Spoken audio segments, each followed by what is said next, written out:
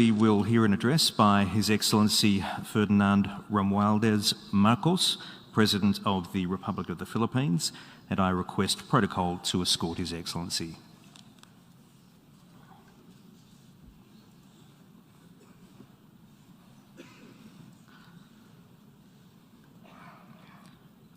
On behalf of the General Assembly, I have the honour to welcome His Excellency Ferdinand Marcos, President of the Republic of the Philippines, and to invite him to address the Assembly. Mr. President, Excellencies, I am Ferdinand Marcos, and I am the President of the Republic of the Philippines. I stand today on behalf of 110 million Filipinos. At this time of crisis and opportunity, I bring with me the spirit of their enduring commitment to the ideals of our United Nations. This commitment is reflected in our solid contributions to the cause of peace and of justice. By shepherding the Manila Declaration of 1982, we helped affirm that differences should only be resolved through peaceful means. By reinforcing the predictability and stability of international law, particularly the 1982 United Nations Convention on the Law of the Sea, we provided an example of how states should resolve their differences through reason and through right. These two contributions provide useful guidance for our time, for amidst challenging global tides, an important ballast stabilizes our common vessel. That is, our open, inclusive, and rules-based international order that is governed by international law and informed by the principles of equity and of justice. As I have underscored, the Philippines shall continue to be a friend to all and an enemy of none. This world order traces its roots to 77 years ago. Your first Asian predecessor, Mr. President, General Carlos P. Romulo, called on our leaders then to make this floor our last battlefield, to determine in this hall whether humanity is to survive or be wiped out in another Holocaust. Our peoples chose survival. They chose cooperation. They chose peace. And by doing so, they made history. Today, history once again calls to us to make these choices. We are confronted by tectonic shifts that will inform the ebb and flow of this coming century. Of these, I see four challenges to the continued survival of our global community. First is climate change. The time for talk about if and when has long since passed. It is here. It is now. Climate change is the greatest threat affecting our nations and our peoples. There is no other problem so global in nature that it requires a united effort, one led by the United Nations. The effects of climate change are uneven and reflect an historical injustice.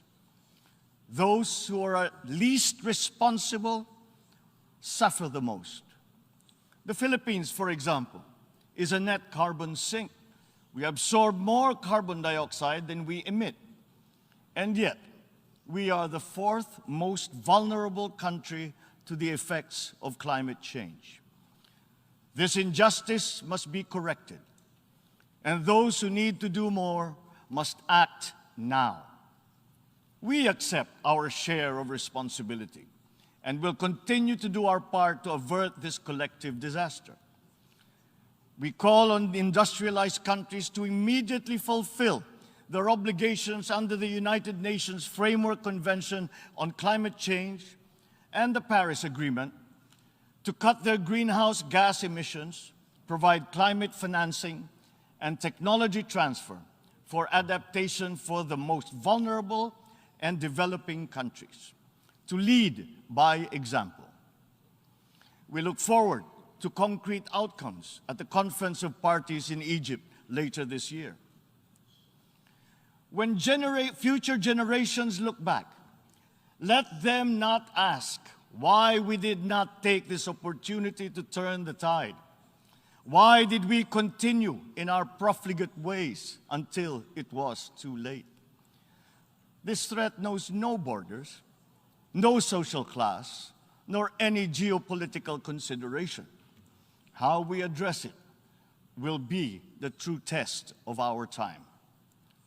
Second, the development of advanced technologies is rapidly transforming human life and experience.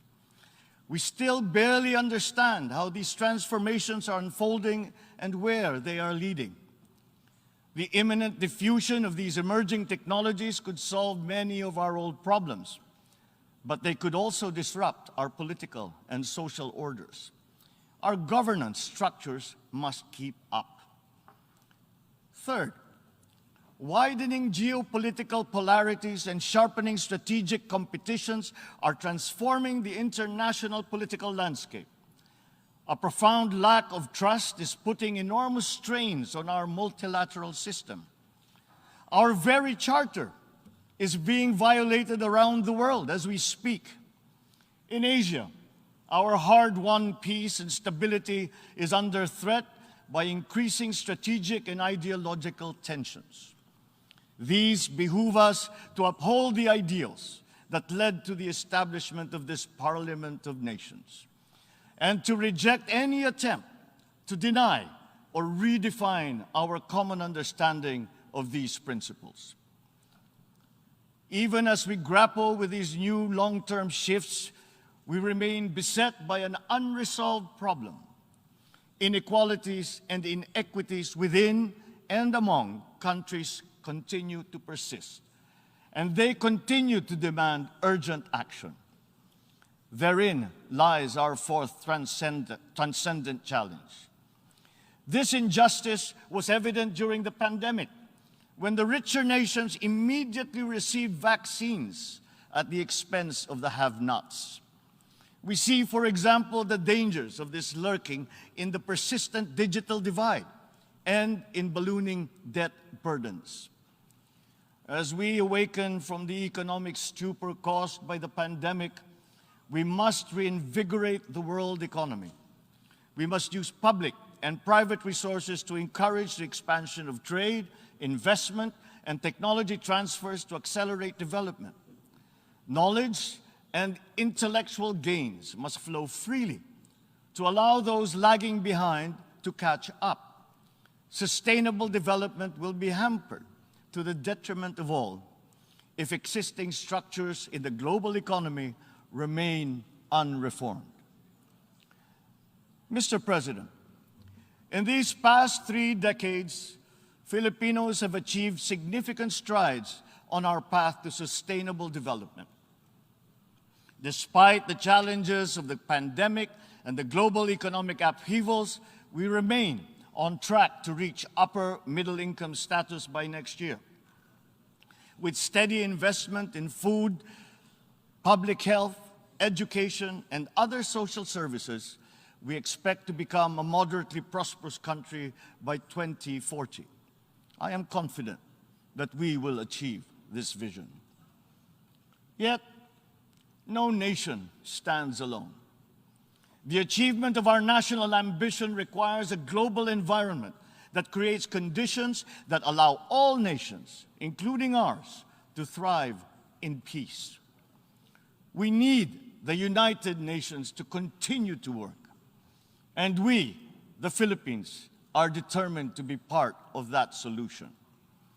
The Philippines did not hesitate to donate to the COVAX facility that helped provide vaccines in many parts of the developing world. Multilateralism and international cooperation do make a difference. Filipino health workers were at the front lines in many countries to curb the spread of the virus, risking and oftentimes sacrificing their own lives to save those of others. We have always been an optimistic and courageous nation. Despite the enormity of these challenges, we believe that solutions are within our collective grasp.